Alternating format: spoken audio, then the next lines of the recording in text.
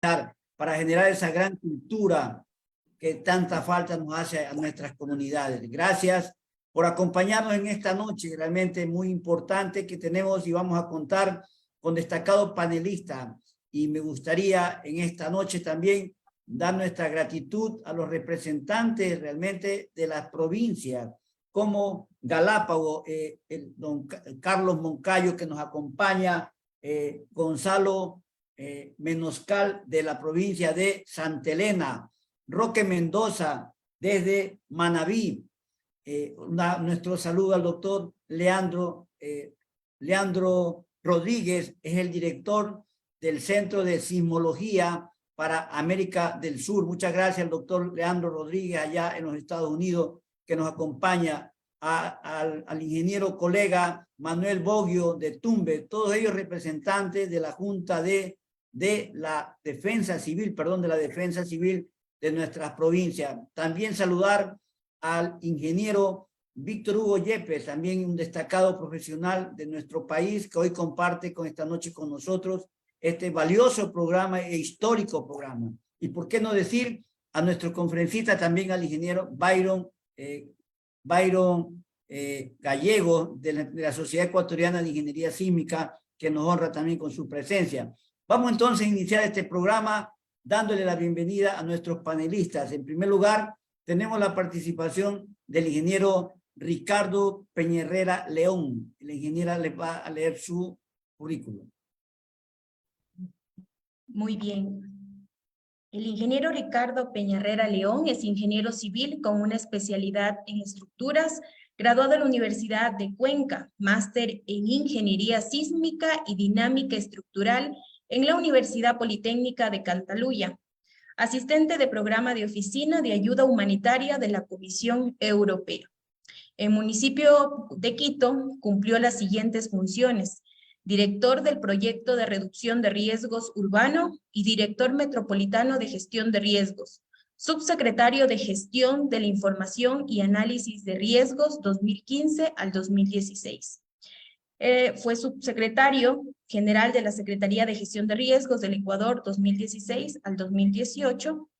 Y luego tenemos que fue profesor de maestría de gestión de riesgos en la Universidad Andina Simón Bolívar 2010 al 2018. Gerente técnico de Dirienma desde el 2018 hasta la actualidad.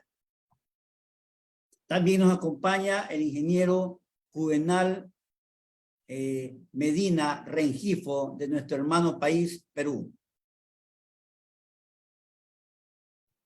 Juvenal Medina Rengifo es ingeniero geólogo, magíster en gestión de riesgos de desastres, gestor analista y miembro del Consejo Directivo del Centro de Estudios y Prevención de Desastres, PREDES, exdirector de preparación de INDECI y ex jefe de CENEPRE, Centro Nacional de Estimación, Prevención y Reducción del Riesgo de Desastres.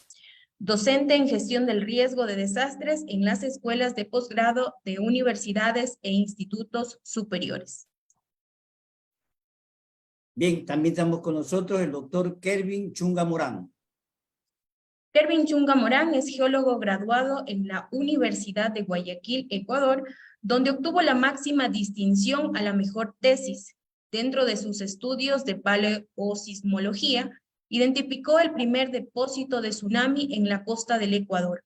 En el 2010, con la beca del ICTP, obtuvo su título de doctor en investigación y ciencias ambientales en la Universidad del Insumbría. Es profesor titular de Geología y Geotecnia en la Universidad Técnica de Manabí, miembro del IPG y Sociedad Ecuatoriana de Ingeniería Sísmica.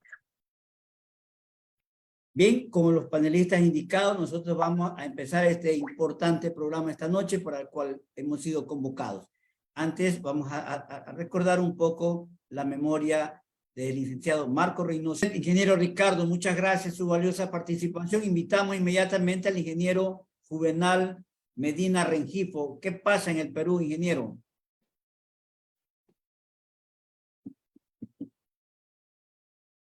Muy buenas noches. En primer lugar, quisiera agradecer a todos, especialmente al ingeniero Félix López, por permitirnos compartir este diálogo. Saludar muy cordialmente a los participantes de este panel, particularmente a Ricardo, un amigo desde hace muchos años que venimos trabajando juntos, compartiendo este tema de la gestión del riesgo de desastres.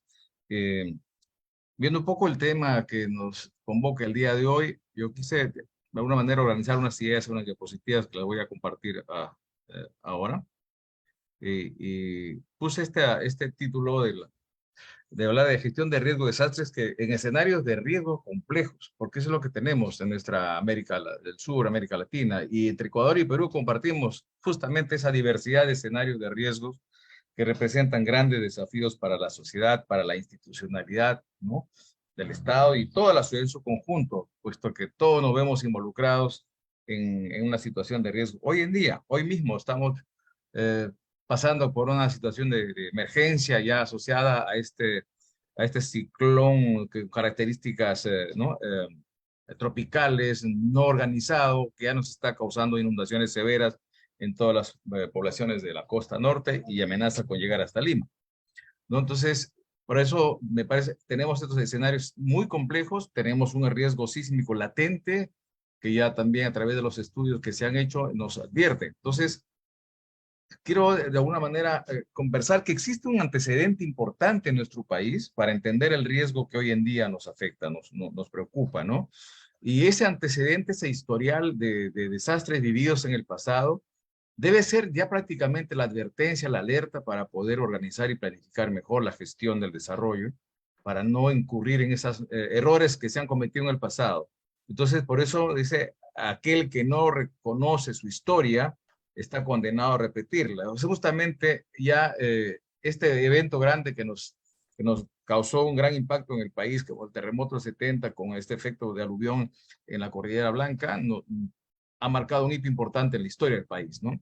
Pero a eso también tenemos que ver que nuestro país, el territorio en su conjunto, está asociado a una serie de factores globales que le dan una característica de ser privilegiado en una serie de recursos naturales, un clima muy variado, que debe ser visto desde esa perspectiva más positivista. No es un problema del clima, no es un problema, digamos, de la fenomenología, sino que hay un problema social, problema estructural, problema de la vulnerabilidad. Pero es importante entender cómo se configura este escenario de riesgo en el país, ¿no?, basado en estas características geológicas, climatológicas, morfológicas, y sobre ella todo lo que son la dinámica social y económica que se dan en el territorio, ¿no? Entonces, de esa manera se va configurando un escenario de riesgo complejo por la diversidad de fenómenos que están ocurriendo. Y la historia nos puede, digamos, dar cuenta por la cantidad de eventos que han impactado en la economía, en las condiciones sociales, en el desarrollo del país, ¿no? Entonces, datos que nos muestran los severos impactos, pero que aún también nos enrostran que no hemos aprendido mucho la lección de estos grandes desastres vividos, ¿no? Entonces, el estar sufriendo hoy en día estas inundaciones con las lluvias que están cayendo, nos refresca las inundaciones del pasado, del Niño Costero 2017, del Niño 97-98 o del 82-83. Entonces, como que estamos en las mismas condiciones de exposición, de fragilidad, que no hemos corregido en los años después de los desastres, ¿no? Entonces, escenarios de riesgo que se repiten con mucha frecuencia en las distintas partes del país. Y hoy en día estamos viviendo justamente estas imágenes que datan ya de hace más de 20 años, y estamos exactamente mirando cómo las ciudades se inundan, los campos se pierden, etc. Entonces, las cuantiosas pérdidas ya las estamos viviendo. O sea, una experiencia más, una cara más que tenemos que poner para recibir el golpe. Entonces, y la forma como vamos creciendo, cómo vamos desarrollando las ciudades, o más que desarrollando, creciendo las ciudades, también van configurando escenarios de riesgos, ¿no?, para futuros desastres. Hoy en día vemos que las lluvias que están activando torrenteras están ya afectando poblaciones asentadas en estas condiciones precarias, ¿no? Entonces, incluso lo que hemos vivido en meses pasados también nos muestran que en muchos casos no son desastres como hoy en día seguimos insistiendo en llamar desastre natural, algo que es inducido, algo que es construido socialmente, ¿no? Estas imágenes que muestro es un centro minero, es un asentamiento minero, donde al costado está una mina que explota oro, que explota una serie de recursos minerales donde la economía no es la que falla, sino lo que falla es la forma de ocupación del territorio, de poder atender o de pronto planificar mejor estos asentamientos poblacionales que están. Igualmente, esta otra, digamos, corresponde al callejón de Conchucos en la zona de Ancash, ¿no? Justamente en el Chavín de Huántar, donde derrumbes de un cerro afectaron parte de la población, pero que es una advertencia porque situaciones similares existen en abundancia. Y lo último que nos ha pasado, un centro minero también en Arequipa, donde se ha sentado exactamente sobre flujo de detritos, donde existía la información previa, ¿no? Que nos daban cuenta de las características del territorio, donde luego se asienta una población para seguir desarrollando una actividad minera, una actividad extractiva, y cuyos depósitos, cuyos materiales que extraían de la mina, lo echaban a la quebrada. Y esta quebrada, al activarse, prácticamente ha traído hacia abajo todo este material, este desmonte que ha sido producido por la actividad minera, afectando a la población minera que está asentada en la parte baja. Entonces, un desastre que ha sido inducido por la propia actividad económica que desarrolla esta población asentada ahí.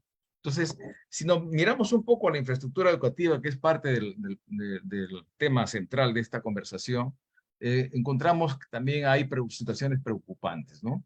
Según la información que se ha recogido en el peruano, hay alrededor de 54.800 colegios que tan solo 9% se encuentra en buen estado, ¿no? Hay un 76% que requiere reforzamiento estructural, ¿no?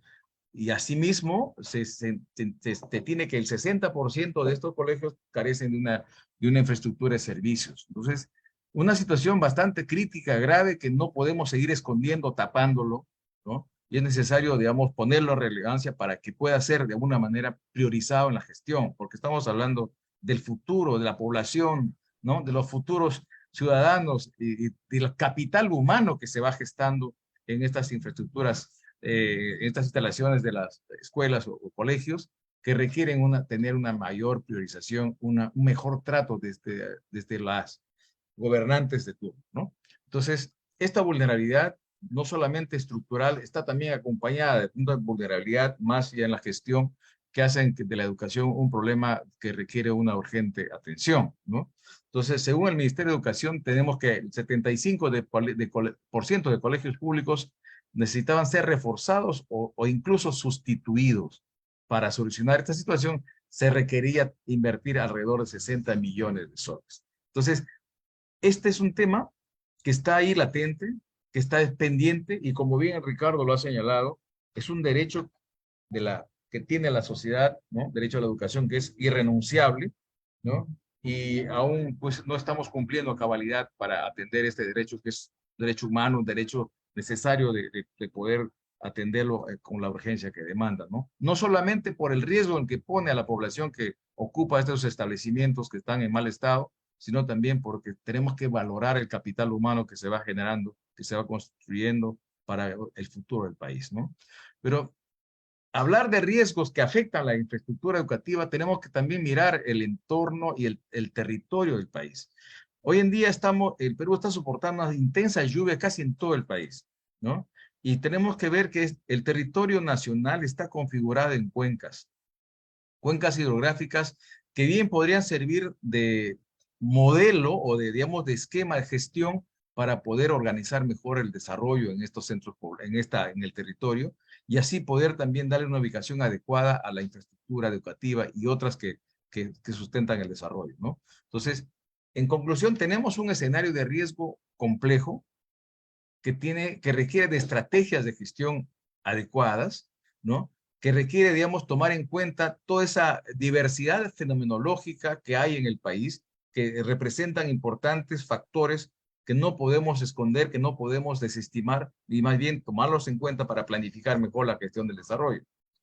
Un dato importante y preocupante es, por ejemplo, la vulnerabilidad y el riesgo sísmico que tiene la ciudad capital del país, ¿no? Estamos viendo que hay un 70% más o menos de la población de Lima que vive en condiciones de muy alto y alto riesgo de desastres. Ante el gran terremoto que se nos advierte que podría ocurrir en cualquier momento y que alcanzaría magnitudes de 8.9, ¿no? Magnitud momento, como ya ocurrió en el año 1700 42. Entonces, esa compleja situación es aún más agravada y aún más complejizada por el cambio climático, que está de alguna manera generando nuevos escenarios, nuevas zonas susceptibles, nuevos factores desencadenantes que van cambiando su patrón de ocurrencia. Pero a esto también es importante ver que ya hay indicadores del cambio climático que deben ser valorados para poder orientar mejor el desarrollo y la ubicación de infraestructuras importantes en el país, ¿no? Pero un factor de riesgo que no podemos desmerecer es la vulnerabilidad, que de alguna manera crece silenciosamente y quizás sea el factor que menos atención está recibiendo hoy en día, ¿no? Es vulnerabilidad que se puede reflejar por ese crecimiento demográfico, que genera mayor población expuesta, pero también hay el problema de la pobreza, ¿no? De la desatención o la falta de acceso a servicios. Y algo que también es importante señalar, hay un deterioro progresivo de la infraestructura que ha sido construida hace muchos años atrás y no ha tenido una oportuna renovación o reforzamiento, como ya también lo ha señalado Ricardo. Y en esta infraestructura señalamos la infraestructura educativa, ¿no? Colegios emblemáticos que están ahí, digamos, en condiciones bastante críticas, albergando, ¿no?, a una importante población humana, ¿no? Entonces, en el marco del documento llamado digamos, Política Nacional de Gestión del Riesgo de Desastres, que está vigente en su nueva versión desde el 2021 acá en nuestro país, tenemos datos de la población expuesta, ¿no? Población expuesta a los distintos fenómenos, ¿no?, o peligros que han sido identificados. Y es preocupante ver cuánta población en todos los departamentos están expuestos a sufrir algún nivel de impacto por la ocurrencia de la fenomenología que ya la tenemos identificada. Ante lluvias que hoy en día nos están afectando, tenemos como 24 millones de personas expuestas a sufrir en algún nivel los daños a consecuencia de las, ¿no?, inundaciones. Pero también a esto podemos sumarle hay cerca de 12 millones de habitantes expuestos a movimientos en masa, que justamente son procesos geológicos que derivan de las intensas precipitaciones pluviales. Pero eso también podemos sumar la cantidad de población expuesta a eventos sísmicos que ocurren en la zona de subducción, en la zona costera, y a eso sumamos también la población expuesta a efectos sísmicos por la ocurrencia de fallas geológicas activas al interior del continente. Entonces, esta gran variedad de fenómenos y la exposición que tiene la población son razones más que suficientes para poder abordar la gestión de riesgos de manera mucho más frontal y no como hasta hoy se viene practicando, con una gestión meramente reactiva, corriendo detrás de los desastres, tratando de aliviar el sufrimiento, de atender las demandas que nos plantea la emergencia, pero hemos dicho, por más grande que sea el apoyo que se brinda a la población, o más, ¿no?, cumpliendo este rol de asistencia humanitaria para aliviar el sufrimiento, pero todo ese esfuerzo, toda esa inversión no resuelve el problema, porque solamente está centrado en los efectos, está centrado en atender las consecuencias, más no abordar las causas. Y ahí tenemos que corregir nuestra forma de afrontar el riesgo, ¿no? Entonces, este concepto de los desastres no son naturales, es algo que también tenemos que ayudarnos a reforzar y a entender por qué no debemos llamar desastre natural, ¿no? Porque en realidad esta expresión tiene un efecto psicosocial, vamos a decirlo, porque genera un estado de inanición, de inacción, de abordar el riesgo desde sus causas, porque le estamos echándole la culpa a la naturaleza. ¿Qué podemos hacer si la naturaleza nos castiga, la naturaleza se ensaña, la naturaleza es la culpable, etcétera? Y no estamos viendo que en nuestra sociedad está la mayor responsabilidad de crear esas condiciones de vulnerabilidad que hacen que un fenómeno natural que pudiendo ser benigno, pudiendo ser beneficioso, se convierte en un peligro que nos causa daño. Entonces, la vulnerabilidad es el factor determinante del riesgo que requiere ser considerado en primera línea para poder mejorar o resolver el problema de riesgo de desastres que tienen nuestros países. Entonces, tenemos que encarar la gestión de riesgos de manera integral, pero en todas las escalas, en todas las dimensiones, desde la unidad familiar, comunal, de gobiernos locales hasta el gobierno nacional. tenemos que trabajar de manera con ese enfoque, con esa visión de articular esfuerzos en todas las dimensiones. Entonces, y para eso existe un sistema nacional creado desde el 2011 que tiene una tremenda tarea de cumplir con estos grandes desafíos, de generar una gestión, un trabajo interinstitucional, sinérgico, descentralizado, transversal, participativo, como evoca este enunciado, pero que es necesario que así sea para poder de alguna manera hacer que la tarea se convierta en algo más llevadero. Existe un sistema nacional, una estructura funcional en el Estado peruano que en alguna manera busca, digamos, avanzar en este gran desafío de reducir el riesgo de desastres. Pero aún nos falta cambiar la lógica de poder darle mayor énfasis a los factores de riesgo, mayor énfasis en la gestión prospectiva y correctiva para poder evitar o alejar las emergencias o evitar los desastres, ¿no?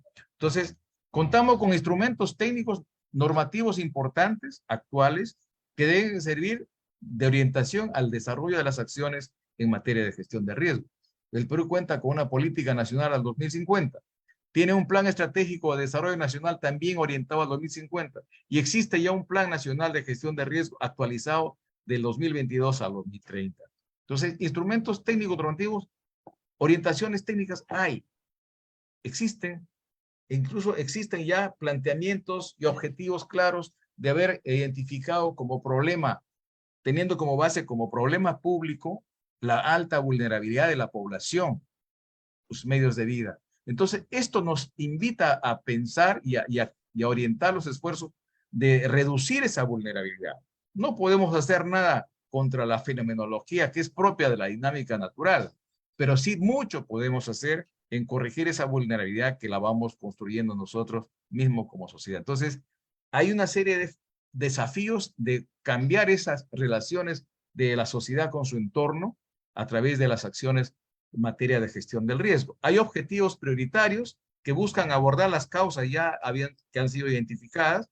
Lo que nos toca es poner en práctica pues, todas esas acciones que están ya de alguna manera identificadas para poder cumplir con este gran desafío que la política nacional se ha planteado. ¿Qué es lo que se ha planteado la política? Al 2050, reducir esa vulnerabilidad de la población en sus medios de vida.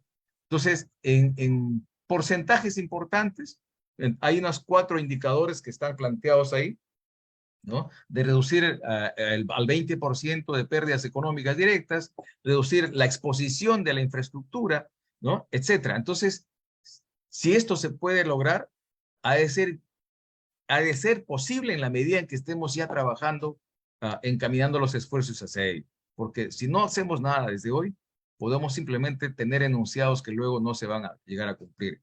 En conclusión, entonces tenemos aquí riesgo de desastres que están en aumento, lamentablemente. Las inundaciones que está viviendo en este momento el país nos lo muestran. Cada desastre que ocurre es una muestra de que no tenemos la suficiente actuación, no hemos avanzado lo suficiente en prevención o reducción del riesgo. Entonces, hay un territorio y un escenario de riesgo complejo, ¿no? Entonces, tenemos que cambiar la lógica. En vez de ir caminando, seguir detrás de los desastres, es necesario trabajar de manera más proactiva, ¿no?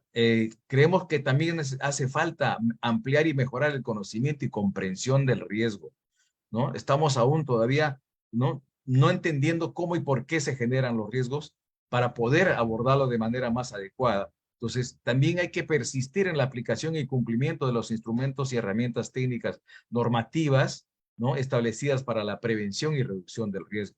En el Estado existe el PRONIET, ¿no? Que es la entidad técnica del sector educación para poder desarrollar, digamos, la infraestructura educativa. Pero como hemos visto, aún hay, digamos, que necesidad de contar con mayores recursos. En la distribución del presupuesto nacional, la educación recibe un porcentaje aún muy bajo para poder atender tremendas demandas. Entonces, también es importante señalar que hay experiencias exitosas de prevención y reducción de riesgo a escalas pequeñas probablemente, pero que dan pistas, que dan pautas de cómo podríamos de pronto mejorar y ampliar esta experiencia para que el país se encamine hacia una gestión del riesgo más adecuada y exitosa que nos conduzca a un desarrollo seguro y sostenible. En consecuencia, hay muchísimo por hacer todavía en gestión de riesgo y todos estamos notificados. Yo veo que hay mucha similitud en la situación de riesgo de Perú con Ecuador y creemos que en este diálogo, que puede también traducirse en acciones concretas, ¿no?, compartidas entre países vecinos, nos permitirían de pronto aunar esfuerzos y hacer más llevadera esta gran tarea de la gestión de riesgo en el país y en la región. Muchas gracias. Bien, muchas gracias. Vamos a la última, al doctor Leandro Rodríguez, el director del Centro de Sismología para América del Sur. Con el doctor Leandro Rodríguez vamos a concluir el programa. Doctor, siga usted. Muchas gracias, ingeniero Félix. En primer lugar, quiero felicitar a los expositores por la información que nos han brindado. Hay algo que podemos notar, ¿no? En primer lugar, la desconexión que existe entre el conocimiento que generamos y la política que se lleva por parte de los responsables. Me refiero a los que dirigen los países, desde el presidente hasta los congresistas, hasta los alcaldes y presidentes de región probablemente. En Perú, por ejemplo, ahora, hace 6 años tuvimos un fenómeno del Niño y hace 6 años que pasó este fenómeno, ahora están habiendo problemas también en la parte norte y parece que es la primera vez que ocurre. No hemos aprendido absolutamente nada. Las autoridades no han tomado absolutamente ninguna acción para corregir los problemas que podían venirse y que van a venir probablemente en el futuro. En Huaraz, por ejemplo, ¿no? Yo nací en Huaraz y pasé el terremoto de 1970, donde perdí como 40 familiares. Ahí, por ejemplo, el año 41, hubo un aluvión que se llevó media ciudad, ¿no? Todo el cauce del aluvión que vino en esa época está lleno de casas.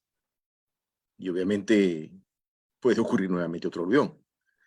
En la parte norte, en el año 62, hubo un aluvión que se llevó a la ciudad de Ranraírca, que estaba al costado de Yungay. Y se había advertido ya por gente que había subido al Huascarán que podía darse otro aluvión porque habían visto unas rajaduras tremendas. Pasó 8 años y ocurrió el terremoto y generó el aluvión que se llevó a Ranraírca nuevamente y Yungay.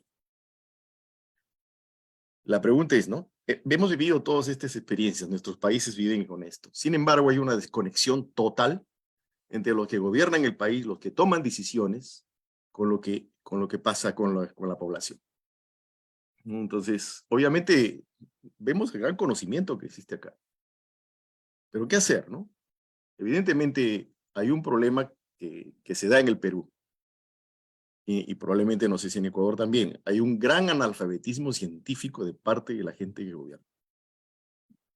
Esa es la realidad. Nada escapa en estos momentos a la ciencia ni a la tecnología. Y vivir en un país, o vivir en una época de este tipo sin saber nada de lo que es la ciencia y la tecnología, es una combinación que nos lleva al desastre.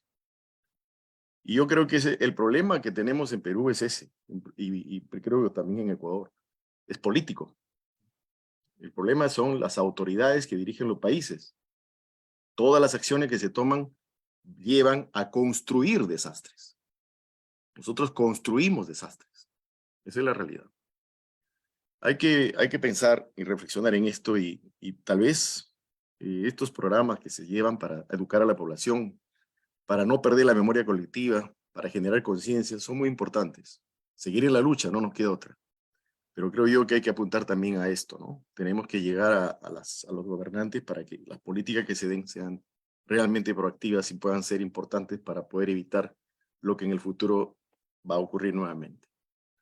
Muchas gracias por la invitación, ingeniero Félix, y felicitaciones a Juvenal Medina, al doctor Kervin Chunga y al otro expositor. Como siempre, un programa extraordinario que contribuye mucho a justamente resolver el problema que he planteado. Muchas gracias. Buenas noches. Bien, doctor, muchas gracias a todos. Realmente es un buen viernes, 10 de marzo, y los invitamos a continuar nuestros programas.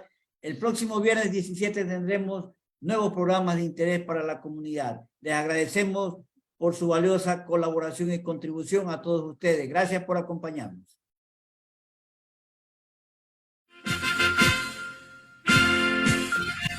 Salve, salve, provincia querida, de la patria brillante esplendor. Ofrecemos de toda la vida, cuando se ha de luchar por tu honor. Salve, salve, provincia querida, de la patria brillante esplendor. Ofrecemos